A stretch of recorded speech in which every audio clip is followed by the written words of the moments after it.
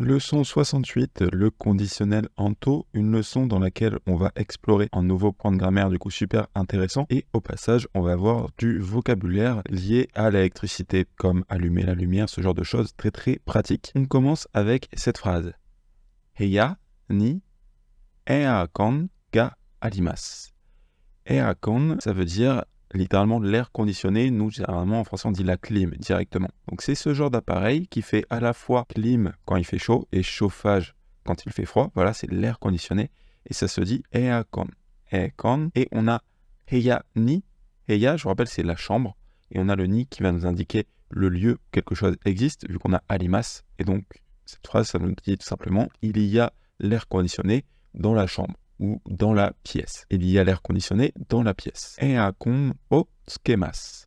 Tsukemasu, ça vient du verbe tsukeru, qui veut dire allumer, pour allumer la lumière, le gaz, etc. C'est allumer dans le sens turn on pour ceux qui parlent anglais. Plus souvent, ça sera utilisé pour la lumière ou le gaz. Là, vous voyez que c'est utilisé pour l'air conditionné, puisque finalement, l'air conditionné, un peu comme la lumière, vous voyez, c'est lié à l'électricité. Donc, c'est allumer. Nous, on dirait également allumer. Dans ce cas-là, allumer la clim. Tsukeru, c'est pour allumer. Earcon o tsukemasu, je vais allumer l'air conditionné. Je vais allumer la clim. Denki o tsukete kudasai.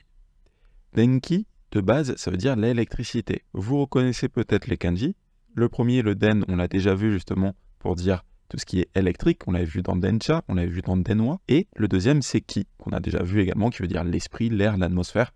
On voit denki, ça veut dire l'électricité. Maintenant, par extension, denki, ça veut également dire la lumière, quand c'est une lumière électrique. Donc plutôt que dire allume la lumière, il y a des mots à proprement parler en japonais pour dire la lumière, une source lumineuse, mais pour dire allume la lumière comme nous on le dit en français, donc appuyer sur un interrupteur pour allumer la lumière électrique, on utilise directement le mot denki, qui de base veut dire également électricité. Denki o tsukete kudasai, donc ici c'est notre verbe tsukeru qu'on vient de voir ici, qui est à la forme en te kudasai, donc allume la lumière s'il te plaît.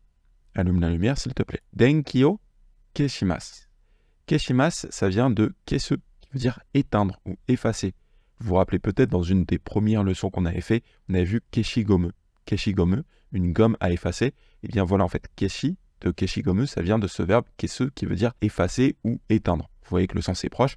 Donc là, c'est pas effacer l'électricité, c'est bien éteindre l'électricité et du coup par défaut denki o keshimasu, ça pourrait être soit je coupe le courant, soit directement j'éteins la lumière. C'est très certainement par défaut j'éteins la lumière parce que denki, on l'avait vu que ça pouvait dire la lumière. Denki o keshimasu, je vais éteindre la lumière. Denki o tsukeru to akaruku narimasu. Denki o tsukeru to akaruku narimasu. Qu'est-ce qu'on a ici? Alors denki o tsukeru, on vient de le voir, ça va être allumer la lumière, et on a un to. Ça va être notre conditionnel en to. On va y revenir exactement. Juste avant, du coup, la deuxième partie de la phrase. Akaruku narimasu. Akaruku, ça vient de akarui. Akarui, c'est un adjectif en i qui veut dire lumineux. Est-ce que vous vous rappelez de cette forme que narimasu, que naru? Je rappelle que quand on prend un adjectif en i, qu'on remplace le i final par un que, comme ici, on passe de akaru i à akaru que, et qu'on colle le verbe naru, devenir, ça veut dire devenir l'adjectif en i. Donc devenir lumineux. Devenir lumineux. Et le to, c'est un conditionnel qui est à la frontière entre le quand et le si. On a vu déjà dans le conditionnel en tala que selon la situation, en français, on pouvait traduire le conditionnel par quand ou par si.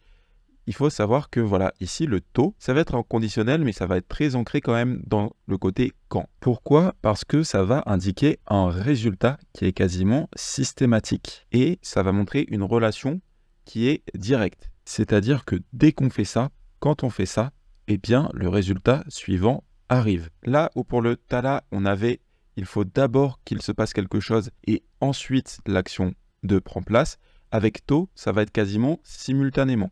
Alors, ce n'est pas entièrement simultanément, il y a quand même en ordre, si A égale B, mais ça va être quasiment instantané.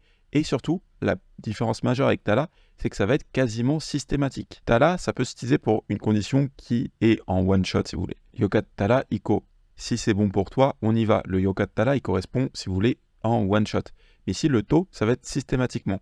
Donc, comment est-ce qu'on pourrait traduire ça? On pourrait dire si j'allume l'électricité, cela devient lumineux. Mais une traduction plus proche du sens là qui est transmis avec l'auto, c'est quand j'allume l'électricité, quand j'allume la lumière plutôt, quand j'allume la lumière cela devient lumineux, ou dès que j'allume la lumière, cela devient lumineux. Alors très certainement en français, on pourrait quand même placer en si. On pourrait dire, si tu allumes la lumière, ça devient lumineux. Mais pourquoi est-ce qu'on passe par en to? C'est parce que c'est une conséquence logique qui est quasiment systématique. Donc pour savoir si en français on passerait par en quand ou par en si, ça dépendra un petit peu du contexte, mais vous voyez que ce to, il est vraiment à la frontière entre les deux. C'est une condition qui arrive quasiment simultanément. Donc voilà, c'est entre le quand et le si. On va voir d'autres exemples, vous verrez, ça sera plus clair. Heya ga kurai desu. Kurai, c'est sombre. C'est l'opposé de akarui. Voilà, kurai, sombre. Heya ga kurai desu. La pièce est sombre. Shumatsu video o miru. Vidéo, c'est une vidéo. C'est transparent. Shumatsu, le week-end. Du coup, là, ce serait ce week-end. Vidéo o miru. Je vais regarder une vidéo. Ou éventuellement, je vais regarder la vidéo. Shumatsu video o miru. Je vais regarder la vidéo ce week-end. Suichi wa doa no migi desu. Suichi wa doa no migi desu. Switchi, ça vient de switch en anglais et ça veut dire l'interrupteur. Concernant l'interrupteur, doa no migi, c'est la droite, mais c'est pas la droite de n'importe quoi, c'est la droite de doa no, la droite de la porte. Donc l'interrupteur est à droite de la porte. Kore o hidari ni mawasu to oyu ga demasu. Mawasu, ça veut dire tourner, dans le sens tourner quelque chose. Attention, c'est un verbe transitif. En fait, il y a un équivalent qui est mawaru. Par exemple, si on dit hidari ni mawaru, ça veut dire tourner à gauche. Vous voyez là le chat, il mawaru. C'est le chat qui tourne. Voilà, il tourne à gauche. Quand on dit mawasu, c'est vraiment tourner dans le sens on prend quelque chose et on le fait tourner. À ne pas confondre avec le magaru qu'on avait vu pour dire tourner dans le sens prendre une direction. Voilà, je sais que tous ces verbes se ressemblent un petit peu, ils sont différents. Ici, on a bien mawasu, donc qui va être tourner quelque chose. Et on a kore, donc kore c'est ceci, o hidari ni, vers la gauche, mawasu to. Donc quand tu tournes ceci vers la gauche, ou si tu tournes ceci vers la gauche, oyu ga demasu. Oyu, je vous rappelle, c'est l'eau chaude, qui est sujet ici de demasu, donc le verbe deru à la forme polie, sortir. Quand tu tournes ceci vers la gauche, de l'eau chaude sort. Ou si tu tournes ceci vers la gauche, de l'eau sort. Mais vous voyez qu'on pourrait dire ça par en si, mais la condition, elle est constante. Par exemple, là, le cas typique, ça serait un robinet. Vous voyez un robinet, vous voyez le pommeau d'eau chaude, vous dites, si tu tournes ça vers la gauche, de l'eau chaude sortira. Mais c'est en si systématique. C'est dès que tu tournes ceci vers la gauche, de l'eau sort. C'est systématique et c'est quasiment instantané. Au moment où tu sors ça vers la gauche, eh bien, de l'eau sort. Radio no oto ga chisai desu. Radio no oto ga chisai desu. Oto, c'est le son. Regardez comment il est composé, le kanji. Au-dessus, vous avez l'élément de debout et en dessous, vous avez l'élément du jour, du soleil. Donc voilà, on aime bien parfois dire que le soleil, quand il se lève, il fait un grand bruit. Alors je sais que ça ne fait pas de bruit, le soleil qui se lève, du moins il me semble pas, mais c'est pour l'image. Vous pouvez imaginer voilà, le soleil qui se lève avec un grand bruit qui est associé, et du coup ça donne oto, le bruit. Donc radio, je vous rappelle, c'est la radio. Radio no oto, le bruit de la radio, le son de la radio.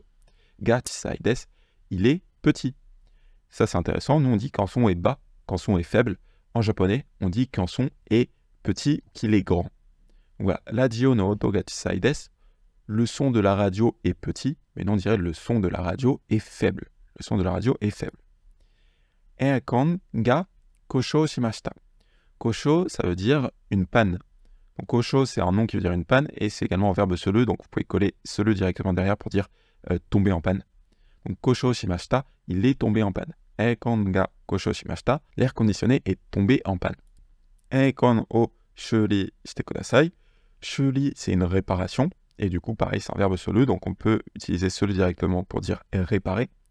Shuri shite kudasai, veuillez réparer. Veuillez réparer quoi? Veuillez réparer l'air conditionné.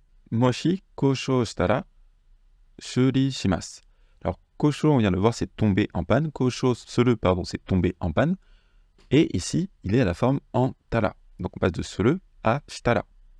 Donc ça, c'est l'autre conditionnel qu'on avait déjà vu dans une leçon précédente, le conditionnel en tara. Moshi kosho shitara. Donc kosho shitara, ça veut dire si ça tombe en panne. Si ça tombe en panne.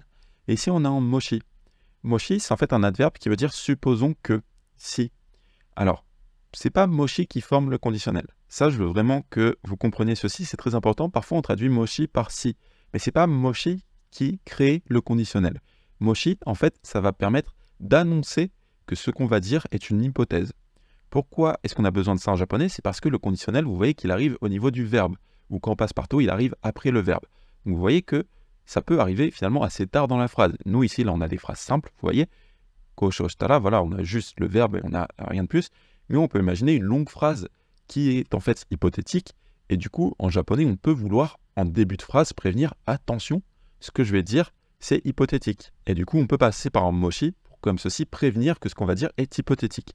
Ça sert également, du coup, à insister sur le côté hypothétique, supposons que, en plus du conditionnel. Donc voilà, moshi, ça se place en début de propos pour dire « Attention, ce que je vais dire, c'est une hypothèse ». Donc, supposons que, si, moshi kosho shitara, si, supposons que, si ça tombe en panne, alors je sais que ça fait bizarre, supposons que si ça tombe en panne, mais c'est pour insister sur le moshi et le shitara. Vous voyez qu'ils sont complémentaires. Hein. On ne peut pas utiliser moshi seul, on ne peut pas dire moshi kosho seul, mais par contre on peut bien utiliser kosho shitara seul sans le moshi. Donc supposons que kosho shitara, si ça tombe en panne, ou on dirait directement du coup si ça tombe en panne, shuri shimasu, je vais le réparer. Si ça tombe en panne, je vais le réparer. Alors ici, pourquoi est-ce qu'on est passé par la forme tara? Parce que ici, c'est très certainement une condition qui est one shot. C'est pas dès que ça tombe en panne, je le répare. C'est plus si jamais ça tombe en panne, si l'événement tombé en panne arrive, eh bien je vais le réparer. Mais c'est pas forcément systématique. Alors on pourrait, grammaticalement, dire kosho suruto shuri shimasu. Ou là, ça prendrait quoi comme sens? Ça prendrait dès que ça tombe en panne, je le répare. Alors ça pourrait se dire, voilà, selon ce que vous voulez dire, selon le contexte, si dès que quelque chose tombe en panne, vous le réparez systématiquement et quasiment immédiatement, ça, c'est la phrase adaptée. Au passage, remarquez comment on l'a formé. En fait, c'est très simple à former le conditionnel en to. Il vous suffit de mettre le verbe à la forme neutre et de rajouter le to derrière. Donc voilà, on passe kosho suru to, du coup, quand ça tombe en panne, si ça tombe en panne. Alors ici, je vous ai mis le moshi entre parenthèses parce que le moshi, c'est vraiment de l'ordre de l'hypothèse, de si. Et ça fait que par nature, ça se voit très très rarement avec to. Pourquoi? Parce que to, il a un côté systématique. Du coup, comme c'est un côté systématique, c'est un peu moins en côté hypothétique en fait. Ça peut se voir de temps en temps. Je ne dis pas que moshi ne sera jamais utilisé avec to. Dans de rares cas, moshi sera utilisé avec to. Mais pourquoi est-ce que moshi est beaucoup plus rare avec to qu'avec les autres conditionnels? C'est parce que to, il a un côté systématique. Du coup, plus que si, il a quand même un côté quand. Et du coup, il a beaucoup moins en côté hypothétique que les autres conditionnels. Donc quand on veut établir une hypothèse, généralement, on va passer par les autres conditionnels. To, c'est plus une condition qui est systématique, qui fait que moshi sera rarement utilisé avec to. Donc normalement, ici, on n'utiliserait pas moshi. On dirait kosho suru to, shori shimasu. Dès que ça tombe en panne, je le répare. Quand ça tombe en panne, je le répare. Si ça tombe en panne, je le répare. Pourquoi est-ce que là, je vous donne 3 traductions en français? C'est parce que, en fait, le sens japonais est entre ces 3 traductions-là. Un autre exemple de moshi que vous risquez très souvent de voir, qui est très utilisé, moshi ame ga futtara. Ame, c'est la pluie. Feu, je vous rappelle, c'est tomber, se précipiter. Donc, on dit ame ga feu, c'est tout simplement pleuvoir, mais on dirait pleuvoir. Ame ga futtara, si il pleut, on a le moshi. Donc, le moshi, ça insiste bien sur le supposons que. Si ame ga futtara, et on a ikimasen, je n'y vais pas. Ou je n'irai pas, du coup, je n'irai pas. Donc, s'il pleut, je n'irai pas.